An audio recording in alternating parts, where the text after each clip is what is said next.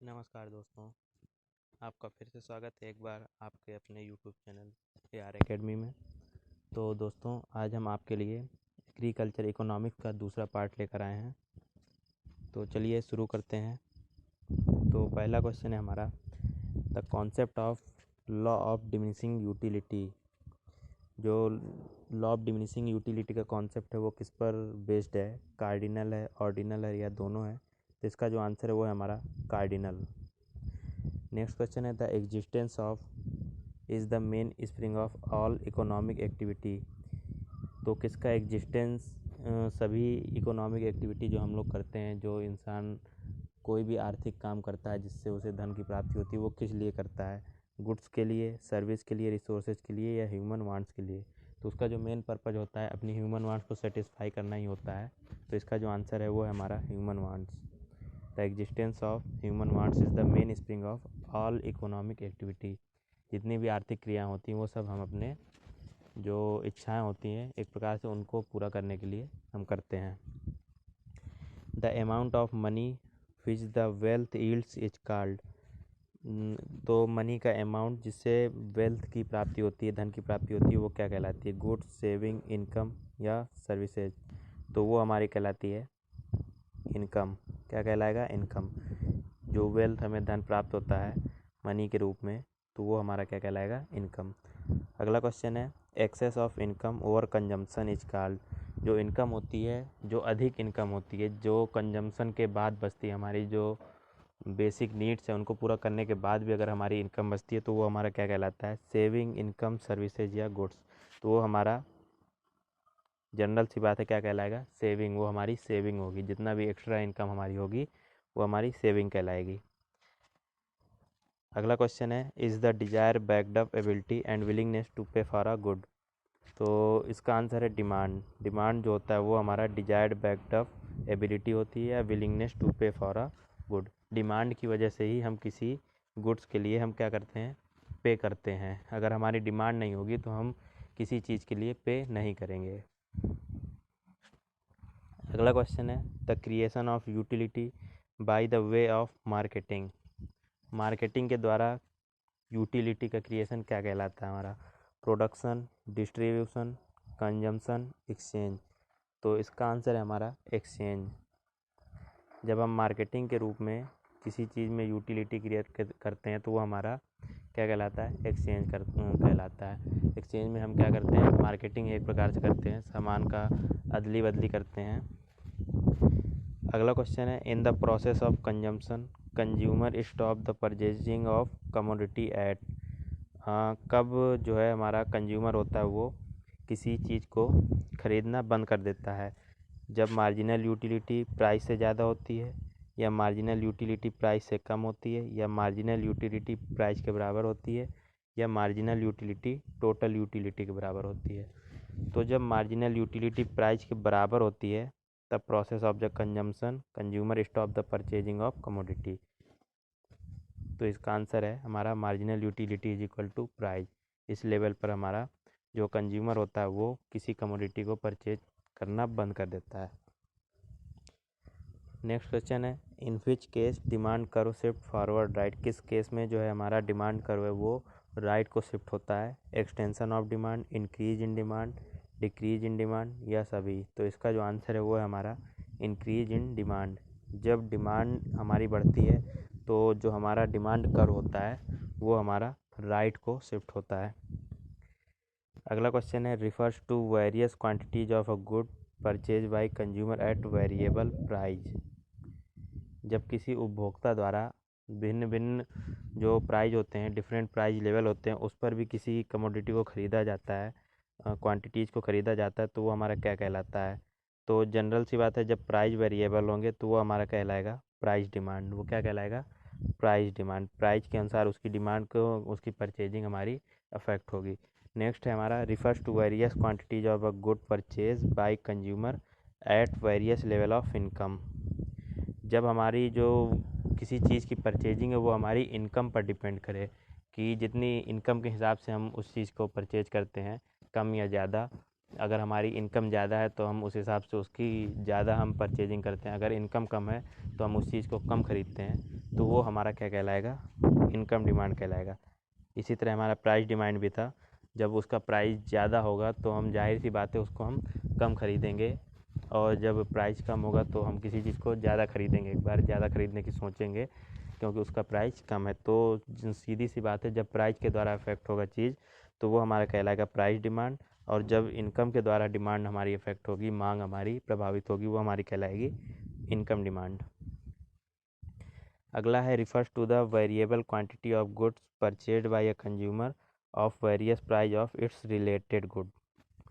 तो जब हमारा कोई उपभोक्ता होता है, वो उसकी डिमांड जो है किसी चीज़, अगर हमें कोई चीज़ खरीदनी है उससे संबंधित जो दूसरी चीज़ होती है उसका एक प्रकार से जो सब्स्टिट्यूट होता है उसके प्राइस पे डिपेंड करता है, तो वो हमारा क्या कहलाता है, क्रॉस डिमांड।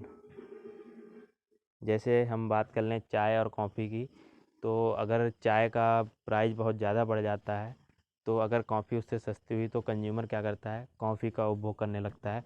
तो इस तरह उसकी जो डिमांड है वो क्या होती है, शिफ्ट हो जाती है उसके जो है सब्स्टिट्यूट पर, उससे जो संबंधित चीज़ होती हैं उस पर वो शिफ्ट कर लेता है। तो ये हमारा कहलाता है क्रॉस डिमांड, किसी क्रॉस चीज़ पर हमारी जो डिमांड है वो शिफ्ट हो जाती है। अगला क्वेश्चन है, the law of demand states that demand for a commodity varies bye it's price. तो डिमांड करो को जब हम पढ़ेंगे तो लॉ ऑफ डिमांड क्या कहता है कि जो कमोडिटी होती है उसका जो डिमांड है वो इन्वर्सली प्रोपोर्शनेट होता है। कैसा होता है, इन्वर्सली जो है प्राइस से प्रोपोर्शनेट होता है। अगर हमारा प्राइस ज़्यादा है तो डिमांड जाहिर सी बात है कम होगी, और अगर प्राइस कम है तो डिमांड हमारी ज़्यादा होगी। तो ये हमारा क्या हुआ, इन्वर्सली हुआ। नेक्स्ट क्वेश्चन है, refers to destruction of utility. तो इसका आंसर है हमारा कंजम्पशन। कंजम्पशन जो है एक प्रकार से वो किसी चीज़ की जो यूटिलिटी होती है उसको ख़त्म करना ही होता है। जब हम उसका उपभोग कर लेते हैं, उसकी जो गुण होता है उसको ही हम उपभोग कर लेते हैं, तो उसकी यूटिलिटी क्या हो जाएगी, ख़त्म हो जाएगी। तो कंजम्पशन हमारा डिस्ट्रक्शन ऑफ यूटिलिटी कहलाता है। अगला है, slope of demand curve is to its origin. तो स्लोप ऑफ डिमांड कर्व कैसा होता है, लीनियर होता है, कॉनकेव होता है, कॉन्वेक्स होता है या राउंडेड होता है। तो स्लोप ऑफ डिमांड कर्व होता है हमारा कॉन्वेक्स। अगला क्वेश्चन है, refers to fall in purchasing power of consumer due to the rise in the price of commodity. तो इसे क्या कहेंगे हम, अभी हमने आपको समझाया था कि जब प्राइस के द्वारा अफेक्ट होती हैं चीज़ें तो हमारी क्या कहलाएंगी, प्राइस इफेक्ट कहलाएंगी। यहाँ यही लिखा गया है कि refers to fall in a purchasing power, किसी चीज़ को खरीदने की कमी हो जाती है जब, किसकी वजह से, जब प्राइस बढ़ जाती है कमोडिटी की, तो वो हमारा क्या कहलाएगा, तो वो हमारा कहलाएगा प्राइस इफेक्ट। नेक्स्ट है, refers to fall in quantity purchased by consumer due to the rise in price of commodity.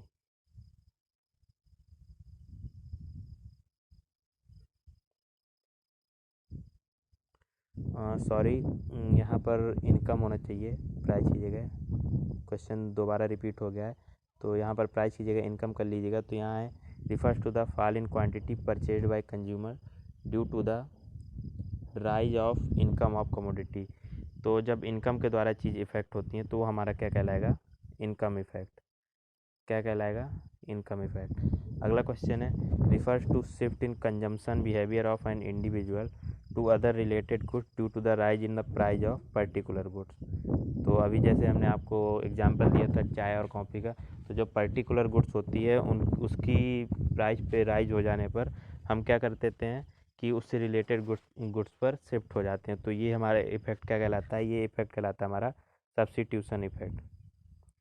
कि जो हमारी कोई चीज़ होती है हम उसके सब्स्टिट्यूट का यूज़ करने लगते हैं, वो उससे मिलती जुलती चीज़ का यूज़ करने लगते हैं, तो वो हमारा कहलाता है सब्स्टिट्यूट यूज इफेक्ट। और किसकी वजह से, जब हमारा जो मेन चीज़ होती है पर्टिकुलर गुड्स होता है उसका प्राइस क्या होता है, बढ़ जाता है।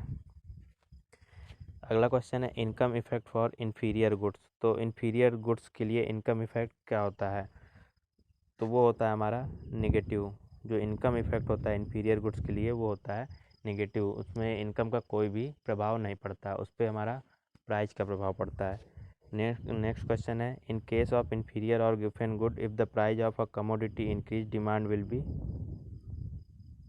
Also increase.